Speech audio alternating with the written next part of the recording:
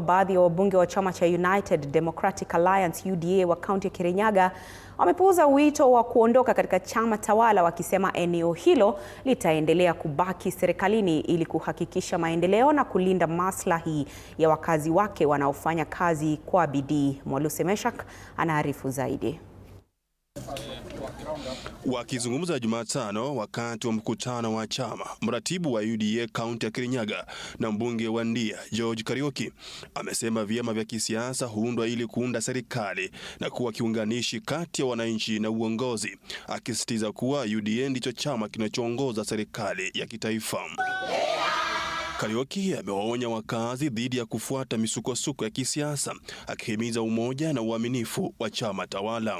Hatutaki kuyumbayumba huku na huko tukijaribu kutafuta.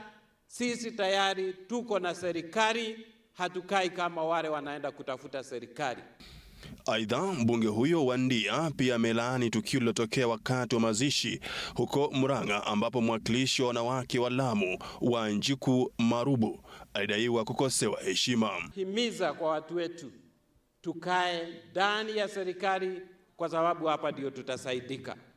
Nyinyi watu wa Kirinyaga, mnataka kukaa ndani ya serikali ama mnataka kwenda kwa msitu kuhangaika huko nje?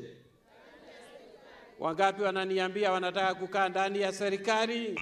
Kwa upande wake, mbunge wa Gishugu Gishimu Githinji ameunga mkono kauli hizo, akisema Kirinyaga hapo awali ilichelewa kimaendeleo kwa kushindwa kuunga mkono chama tawala, lakini sasa imejikita katika maendeleo ya maana. Na wananchi ambao wako mbele yetu hapa na wengi wale wako nyumbani, kwamba sisi hatutabaduka kutoka kwa chama cha UDA ambacho kimeshikilia serikali, kwa sababu mtu aendangi kupiga kura ndiye aende kwa opposition.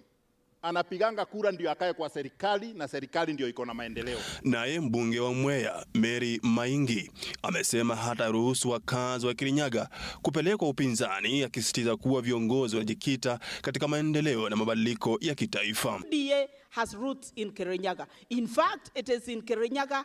I think in Kirinyaga is where we have the strongest team of UDA in this country. Istoshe, wafuasi wa chama cha UDA eneo hilo wamehimizwa kujitokeza kwa wingi tarehe 10 kupiga kura kwa viongozi wa chama katika ngazi ya mashinani. We love passionately and we love deeply. And we love our party and we love our president. And this is for you, president, and your deputy president. We love you. Mwaluse Meshak, TV 47, Nairobi.